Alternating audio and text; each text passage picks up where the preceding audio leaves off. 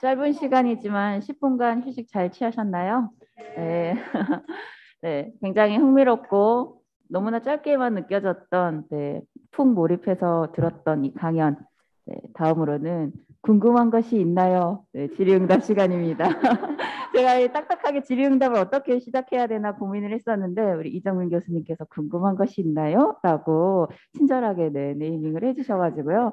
네, 궁금한 것이 있나요? 지금부터 열띤 또 질의응답 그리고 선생님의 또 어디에서도 들어보기 어려웠던 이야기들 들어보도록 하겠습니다. 저는 베트남에서 온 대학원생 타라고 합니다. 어떻게 보면 학습자들의 최종 목표는 한국 회사에서 취직하는 것이다 보니까 나중에 학생들이 그런 회사 생활을 원활하게 할 수 있도록 한국어뿐만 아니라 한국 문화도 충분히 학습시켜야 한다고 생각하고 있습니다. 대만에서 학습자를 대상으로 한국인의 정서에 관련된 수업도 지금 진행되고 있는지도 궁금하고 혹시 지금 만약에 운영되지 않는 상태이면은 지금 대만의 한국교육부 해외 한국 학습형 사업 선정된 기관으로서 혹시 그런 고민도 하고 계신지 앞으로 어떻게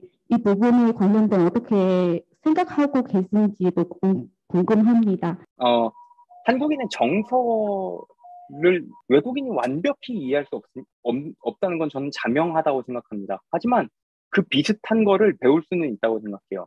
그러니까, 어, 예를 들어서 한국에서 빨리빨리 일을 처리한다라고 하는 빨리빨리라는 거 유명하잖아요. 어디나 참 있는 말인데. 근데 한국에서 이제, 저도 이제 한국에서 일하다 보면은, 빨리빨리라는 게 그냥 일이 하나 저한테 주어지고 그 일을 빨리 한다는 그런 것도 있지만 플러스 알파로 무언가 우발 상황이 닥쳤을 때 자기가 미리 준비해 놓은 걸 바로 꺼낼 수 있게 만드는 그러니까 사전에 미리 엄청나게 많은 일을 해두는 그런 의미도 사실 있거든요. 그래서 이런 것들을 하나하나 풀어서 설명을 해주는 게 첫 번째라고 생각합니다. 그러니까 이런 상황에서는 한국 사람들이 이렇게 합니다. 같은 식으로요. 예를 들어서 뭐가 있을까요? 어, 사람들이 다 저녁을 먹으러 갔어요. 그래서 뭐 이제 뭐 짜장면을 시켜 먹으려고 하는데 한 명이 채식주의자인 거예요. 그러면 짜장면 못 먹죠. 그러면 일반적으로 우리가 빨리빨리라고 생각하는 개념은 거기 앞에 있는 메뉴를 막 찾아봐가지고 여기 채식주의자 메뉴가 있구나 라고 해서 꺼내는 거라고 생각을 하겠지만 한국 사람들이 정말 원하는 빨리빨리란 개념은 이미 가기 전부터 채식주의자가 있을 거를 대비해서 미리 보관을 준비해 두는 게 빨리빨리 문화의 그러니까 되게 본질이라고 생각해요, 저는. 그런 것들을 이제 강의를 할 때, 이제 말로 설명해 주는 게 첫 번째겠지만, 두 번째로는 같이 프로젝트를 해보면서 한국 사람들이 일하는 스타일을 배우는 것도 굉장히 중요하다고 생각해요. 예를 들어서 저희가 지금 하고 있는 번역 수업 같은 것도 어떤 문제가 생기면은 바로바로 문제를 처리하고 혹은 미리 그런 문제가 생길 걸 준비해서 여러 가지를 막 준비해 놓는 거죠. 그래서 학생들이 번역을 하다가 문제에 봉착했을 때 바로 그걸 어, 미리 준비된 어드바이스를 던져주는 것. 이런 것이 바로 한국식 빨리빨리 문화입니다. 라고 설명하면은 실제로 체감할 수 있을 거예요. 그래서, 한국인들 빨리빨리 문화를 이해할 수 있는 거겠죠. 그리고, 어, 어학을 배우는 것 자체는 그냥 말을 배우는 거잖아요. 그 말로 우리가 어떤 언어 생활을 할 것인가, 어떤 삶을 살아갈 것인가, 어떤 일을 할 것인가, 그거에 대해서 이야기하지 않는 거는 저는 사실 한국어 선생으로서 직무유기라고 생각해요. 말을 배워서 그걸로 우리가 어떤 일을 할 수 있을까? 어떤 상상을 할 수 있을까? 어떤 미래를 펼칠 수 있을까? 그거까지 만들어줘야 한국어 학과의 교수로서의 뭐 기본적인, 기본적으로 요구되는 소양 같은 것이 아닐까라고 생각합니다. 그래서 여러 가지 일을 많이 하려고 하고 있는데 아직까지는 제 능력이 부족해서 학생들이 그걸 체감하는지는 잘 모르겠어요. 물론 뭐 교수라는 명찰을 달고 있지만 그건 교수라는 건 그냥 명찰이지 어, 완벽한 무언가 완벽한 신적인 존재는 아니기 때문에 계속해서 저도 어, 실패를 겪을 것이겠죠. 경험을 또 했고요. 그래서 그럴 때마다 그 실패를 어떻게 그러니까 극복하느냐 거기서 교수로서의 개인 노하우가 생긴다고 생각합니다. 어, 베트남에서 이제 강의하시는 선생님들 보면은 한국에서 오래 생활하신 분이 많으시기 때문에 한국식의 정서라든지 한국 사람들의 스타일이라든지 한국 사람들이 어떤 문제에 봉착했을 때 어떻게 리액션을 취한다든지 그런 거에 대해서 되게 잘 알고 있는 분들이 계세요. 그런 것들을 이제 설명해 주면은 학생들이 실제로 졸업해서 어디 회사에 취직을 하거나 아니면 한국 사람들하고 어떤 일을 했을 때 되게 잘 적응한다는 이야기를 들었어요. 그 이야기를 들으면서 아, 한국 어학도 중요하지만 한국 문화를 소개할 수 있는 한국 학도 필수적이겠구나라고 생각을 하게 됐습니다. 교수님께서 대만 지금 그 학교에서 한국 문화에 대해서 그 학생들이 지금 한국 문화에 대해서 관심이 있지만 근데 전통 문화에 대해서 잘 모른다고 하셨고 혹시 지금은 그 교육 과정 전통 문화에 대해서 혹은 민속화 등 이 교육하기 위해서 개설된 과목이 무엇이 있는지 또 교육 내용에 무엇이 있는지 되게 궁금합니다. 그리고 또 하나의 질문은 아까 교수님께서 교육하는 과정에서 학생들이 질문에 대해서 되게 부담감이 느끼고 있다고 하셨는데 혹시 이 학생들이 어떻게 약간 주도적으로 학습할 수 있도록 유도하는 방법이 그 좋은 방법이 있는지 좀 공유해 주시면 좋겠습니다. 그리고 또는 정치적 문제가 연관될 때는 약간 예민드는 학생이 많은데 이런 부분에 좀 수업이 방해가 되지 않도록 해결하는 좋은 방법이 있는지도 되게 궁금합니다. 네, 답변해 주시면 너무 감사합니다. 예, 좋은 질문 감사합니다. 첫 번째로 전통문화 관련 과목이 있는데요. 사실은 예전에 한두 번 그러니까 한 5, 6년 전에 전통문화 관련 과목을 이제 초빙해서 오신 선생님들이 한 학기 정도 했었어요. 그런데, 그렇게 별 얘기가 없었어요. 뭐 전통문화 배워서 뭐예요? 라는 거겠죠. 그런데 제가 다음 학기에 이제 다 다음 학기에 전통문화 관련 과목을 맡게 됐는데요. 한국의 옛날 이야기, 고전 이야기, 그러니까 고전 설화 같은 거를 이제 학생들한테 강의를 하려고 합니다. 그런데 그런 거를 한국의 고전 설화라는 이름으로 이야기하려고 하지 않아요. 그러니까 전 세계적으로 공유되는 어떤 음, 원형의 스토리가 있고 그게 이제 대륙이라든지 아니면 한반도라든지 아니면 일본이라든지 그쪽으로 퍼지는 과정에서 어떻게 달라지는가를 설명하려고 합니다. 그리고 왜 한국인, 그러니까 한반도에 살았던 옛날 사람들은 그 이야기를 왜 자기식으로 이렇게 이야기를 바꾸게 되었는가, 어떤 점이 바뀌었는가, 그런 것들을 찾아보게 되는 거죠. 그렇게 어떤 것이 다른 것으로 변화되는 과정에서 있는 것들이 우리 아이덴티티를 만든다고 하는 게 그 과목의 뭐라 해야 될까요? 핵심 포인트라고 할 수 있겠습니다.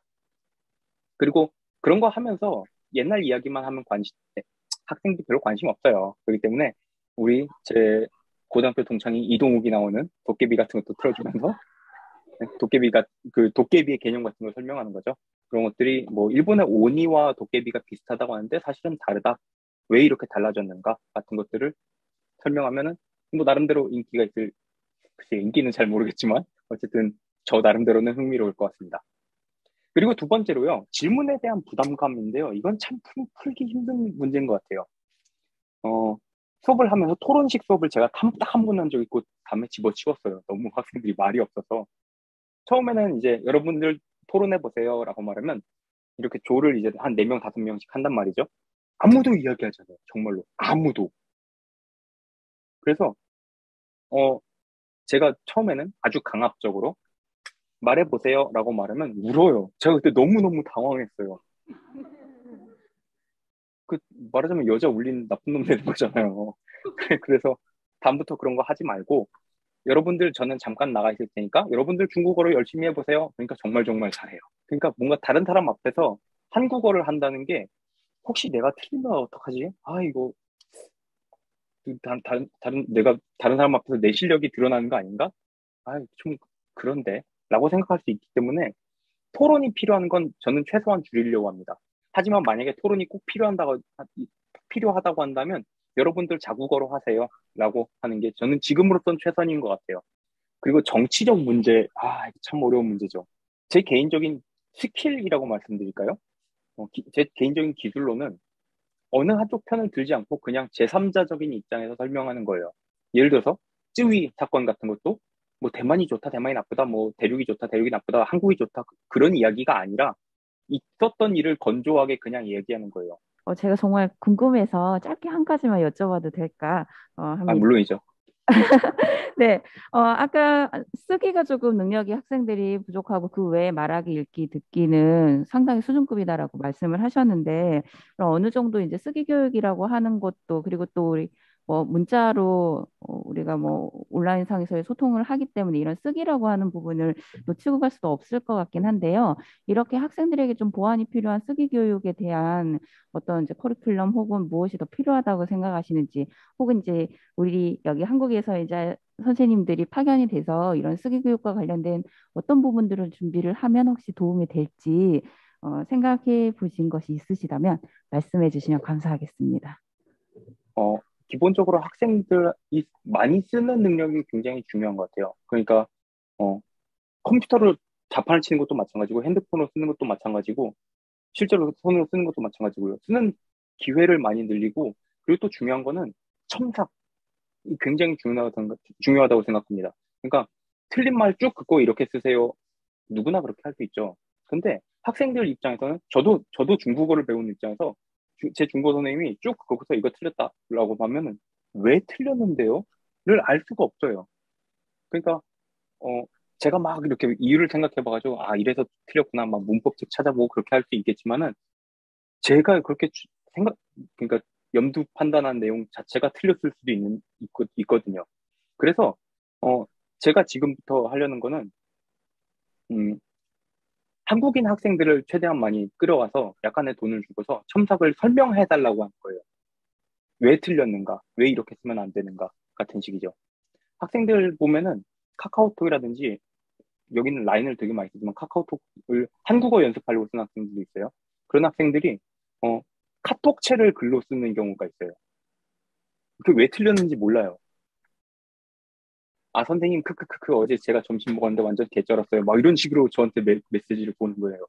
당황하죠. 근데 그 학생은 그게 뭐가 틀렸는지 모르는 거예요. 그럴 때 이제 제가 기본적으로 이렇게 쓰면 안 된다를 얘기해주고 그 이유를 학생들이 더 이제 1대1로 설명을 해주는 거죠. 보통 한 수업에 50명 정도 학생들이 들어오는데 그럴 경우에는 아무리 안 돼도 10명당 대만 학생 10명당 한국 학생 1명 정도가 그 틀린 내용을 정정해줘야 된다고 생각을 합니다. 그렇게 해야 첨삭 숙제 하나가 끝나는 셈이죠. 엄청나게 힘든 작업이에요. 글쓰기를 늘린다는 게. 마지막으로 하나 말씀드리자면은 가끔씩 이럴 때가 있어요. 저도 그렇게 하고 싶은 유혹에 굉장히 많이 시달리는데요. 학생들이 쓴 글을 이렇게 컨트롤 CV에서 화면에 띄워놓고 이것은 어디가 틀렸어요? 라고 말하는 선생님들이 어딘가 있대요. 절대 그러면 안 됩니다. 학생들은 다 자기 글인지 알아요. 그래서 그걸 보고서 엄청난 좌절감 그리고 한국어 자체에 그러니까 관심이 없어져 버릴 수 있어요. 얘가 한국 사람 나 무시하는구나 라고 생각을 해버리는 거죠. 굉장히 조심해야 된다고 생각합니다.